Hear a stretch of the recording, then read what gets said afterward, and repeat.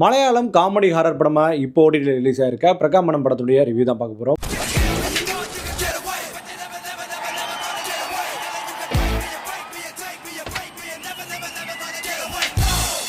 வணக்கம் மக்களே, welcome to FDFS with Mohi. So பிரகாமனம் இந்த படத்தை வந்து தேட்டர் ரிலீஸ் ஆகும்போது நான் பார்க்கணும்னு நினச்சேன். நிறைய பேர் சொல்லியிருந்தாங்க லிட்டரலி ரோமாஞ்சனம் பார்க்குற மாதிரியான ஒரு அனுபவம் கொடுக்குறாங்க. ஸோ இந்த படம் இப்போது ஜி5ல ஸ்ட்ரீம் ஆகிட்டு இருக்கு தமிழ் டப்பிங்கோட. ஸோ இந்த படத்தை பார்த்துட்டேன். இந்த படம் எப்படி ஒர்க் அவுட் ஆயிருக்கா இல்லையா, இல்லை ரோமாஞ்சன அளவுக்கு பெஸ்ட்டாக இருக்கா ஒஸ்ட்டாக இருக்கான்னு நம்ம டீட்டெயில் ரிவ்யூவில் பார்க்க போகிறோம். ஸோ ரிவ்யூக்கு போகிற மாதிரி இந்த ரிவ்யூ பிடிச்சா மறக்காம லைக் பண்ணுங்கள், கமெண்ட் பண்ணுங்கள், ஷேர் பண்ணுங்கள், சேனலை சப்ஸ்கிரைப் பண்ண மறந்துடாதீங்க. ஸோ வாங்க நம்ம ரிவ்யூக்கு போகலாம். பிரகாமனம் இந்த படத்துடைய கதையை பொறுத்த வரைக்கும் பேச்சுலர்ஸ் 3 பேர், அதில் ஒருத்தருடைய பாட்டி இறந்துருப்பாங்க. அதனால் போயிட்டு வரும்போது இந்த அஸ்தி ஒன்று இருக்கும். அந்த அஸ்தி வந்து சின்ன மூக்குப்பொடி டப்பா மாதிரி கொடுத்துட்ருப்பாங்க. ஸோ அதில் ஒருத்தருக்கு வந்து பார்த்தீங்கன்னா ஆவியும் சேர்ந்து கூட வரனால அந்த ஆவியானது வந்து பார்த்தீங்கன்னா அந்த பேச்சுலர் ஒருத்தருக்கு மேலே பூந்துருது. அதுதான் வந்து பார்த்தீங்கன்னா சாகர் சூர்யா. ஸோ அவர் பூந்ததுக்கப்புறம் பார்த்தீங்கன்னா பண்ணுற அலப்பறைகள், அதுலேருந்து எப்படி மீண்டு வந்தாங்களா இல்லையா, எதற்கு இவங்க வந்து இந்த மனுஷங்க மேலே வந்து போடணும், இதுக்கான பின்னணி என்னென்ன கதையை தான் இந்த படமாக அமையுது. ஸோ இந்த படத்தினுடைய பாசிட்டிவ் நெகட்டிவ் பற்றி பேசுவோம். இந்த படத்தினுடைய பாசிட்டிவ்னா கண்டிப்பாக இந்த படம் எடுத்துக்கிட்ட அந்த ஹாரர் எலிமெண்ட்டை வந்து காமெடியாக கன்வெர்ட் பண்ண விதம் நல்லாவே ஒரு கோட்டாக இருந்தது. முக்கியமாக இவங்களை பைக் சேஸ் பண்ணுற ஒரு சீன் தான் இருக்கட்டும், கடைசியில் பேய் ஓட்டுற சீனாக இருக்கட்டும், அப்புறம் இவங்களுக்குள்ள அந்த வர விஷயங்கள், அதாவது இந்த ஆவி உள்ளே போனதுக்கப்புறம் அந்த சாகர் சூர்யா அவர்களுடைய உடம்புல ஏற்படக்கூடிய மாற்றங்கள், அந்த டிரான்ஸ்ஃபார்மேஷன் நல்லாவே ஒரு கோட் ஆகிருக்கு. அதுதான் இந்த படத்துடைய மெயின் ப்ளஸ்ன்னு சொல்லலாம். அதுமாரி நிறைய அலப்பறையான சில சீன்ஸ் இருக்குது, நல்லாவே ஒர்க் அவுட் ஆகிருக்குன்னு தான் சொல்லி ஆகணும். முக்கியமாக காமெடியாக நல்லாவே ஒர்க் அவுட் ஆகிருக்கு. மியூசிக் சூப்பராகவே பிரதிபலிச்சிருக்கு இந்த படம் ஃபுல்லாகவே.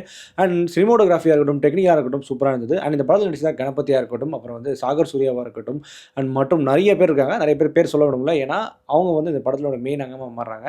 அண்ட் ராஜேஷ் அவர்களுடைய மாதவன் அவர்களுடைய அந்த பேய் ஓடுற சீன்ஸாக இருக்கட்டும் சூப்பராக பர்ஃபார்ம் பண்ணியிருந்தார். ஸோ பர்ஃபார்மன்ஸாகவும் சரி, டெக்னிக் சூப்பராக இருந்தது. படத்தில் நிறைய எலிமெண்ட்ஸ் இருக்குது, நிறைய காமெடி லேயர்ஸ் இருக்குது, அது நல்லா ஒர்க் அவுட் ஆகுது. பட் ரோமாஞ்சனம் அளவு இருக்குது அப்படின்னு கேட்டிங்கன்னா அது அப்படி தான் கம்மியாக தான் இருக்குன்னு சொல்லலாம்.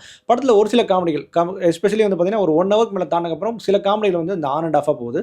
இதுக்கு உண்டான ஃப்ளாஷ்பேக் சொல்லப்படுறாங்க. அந்த ஃப்ளாஷ்பேக் நல்லா இருந்தாலும் கூட இன்னுமே கூட நல்லா டெலிபரேட்டாக இன்னும் கொஞ்சம் எக்ஸ்பிளைன் பண்ணிருக்கலாமோ அப்படின்ற மாதிரி தோணுது. எக்ஸ்பிளைன் மீன்ஸ் கொஞ்சம் கிளாரிட்டியை கொடுத்துக்கலான்ற மாதிரி தோணுது. அண்ட் மோர் ஓவர் வந்து பார்த்தீங்கன்னா ஒரு சில டைம் பார்க்கும்போது இது ரெகுலரான டெம்ப்ளேட் மாதிரி தானே இருக்குது அப்படின்ற மாதிரி தோணும். அண்ட் மோர் ஓவர் முக்கியமான விஷயம், இந்த காமெடியானது எல்லாருக்குமே ஒர்க் அவுட் ஆகுமான்றதும் ஒரு கொஸ்டின் மார்க் தான். ஏன்னா சில பேருக்கு வந்து ஒர்க் அவுட் ஆகலாம், ஒர்க் அவுட் ஆகாம போகலாம். எனக்கு தெரிஞ்ச நண்பர்கள் வந்து தியேட்டரில் பார்க்கும்போது நல்லா ஒர்க் அவுட் ஆச்சுன்னாங்க. ஆனால் ஓடிடியில் பார்க்கும்போது அது பெருசாக ஒர்க் அவுட் ஆகலையே அப்படின்ற மாதிரி சொன்னாங்க. தமிழ் டப் நீட்டாக பண்ணியிருக்காங்க, ஆனால் தமிழ் டப்லையுமே காமெடியானது ஒர்க் அவுட் ஆகலைன்றதும் ஒரு கொஸ்டின் மார்க் தான். அது உங்களுக்கு புரியும் நான் நினைக்கிறேன். ஏன்னா இது எல்லாமே வந்து பார்த்தீங்கன்னா ஒரு கன்வெர்டட் படம். ஸோ மலையாள படம், இது டைரக்ட் மலையாள படம். ஸோ இது வந்து தமிழில் கன்வெர்ட் பண்ணும்போது அதுக்கான காமெடி கரெக்டாக நம்மளுக்கு ஒர்க் அவுட் ஆகுமான்றதும் பெரிய கொஸ்டினாக இருக்குது. ஸோ தியேட்டரில் இந்த படம் வந்து பார்த்தீங்கன்னா ஆன் அண்ட் ஆஃபாக தான் நிறைய பேர்கிட்ட வந்து ஓடி இருக்குது. எனக்கு நண்பர்கள் பார்த்த வரைக்கும் நல்லா தான் இருந்தது அப்படின்னு சொன்னாங்க. பட் இந்த படம் ஒர்க் அவுட் ஆயிருக்கா இல்லைன்னா எனக்கு பர்சனலாக இந்த படம் ஆனது ஆன் அண்ட் ஆஃபாக ஒரு சில காமெடிஸ் ஒர்க் அவுட் ஆயிருந்தாலும் கூட நல்ல டைம் பாஸ் பண்ணலாமே அப்படின்ற மாதிரி தோணுச்சு. முக்கியமாக முகத்தை சொல்லிக்கிற மாதிரியான எந்த ஒரு காட்சிகளும் இந்த படத்தில் இல்லை. அதுவே இந்த படத்துடைய பெரிய பலமாக பார்க்குறேன். ஸோ மொத்தத்தில் இந்த படத்தை பார்க்கலாமா வேணாமா, இல்லை கண்டிப்பாக பார்த்தே தரணும் அப்படின்னா உங்கள் ஃபேமிலியோட ஒரு டைம் பாஸ் பண்ணுற மாதிரி ஒரு படம் பார்க்கணும்னு ஆசைப்பட்டீங்கன்னா இந்த காமெடி ஹாரர் படமான பிரகாமனம் படத்தை பாருங்கள். இப்போ ஜி5 ஆப்பில் முக்கியமாக தமிழ் டப்பிங்கோட ஸ்ட்ரீம் ஆகிட்டு இருக்கு. ஸோ இந்த மாதிரியான மோர் ரிவ்யூஸ் அண்ட் ரெக்கமெண்டேஷனுக்கு சேனல் மறக்காமல் ஃபாலோ பண்ணிங்க. And stay with me FDFS with மோகி.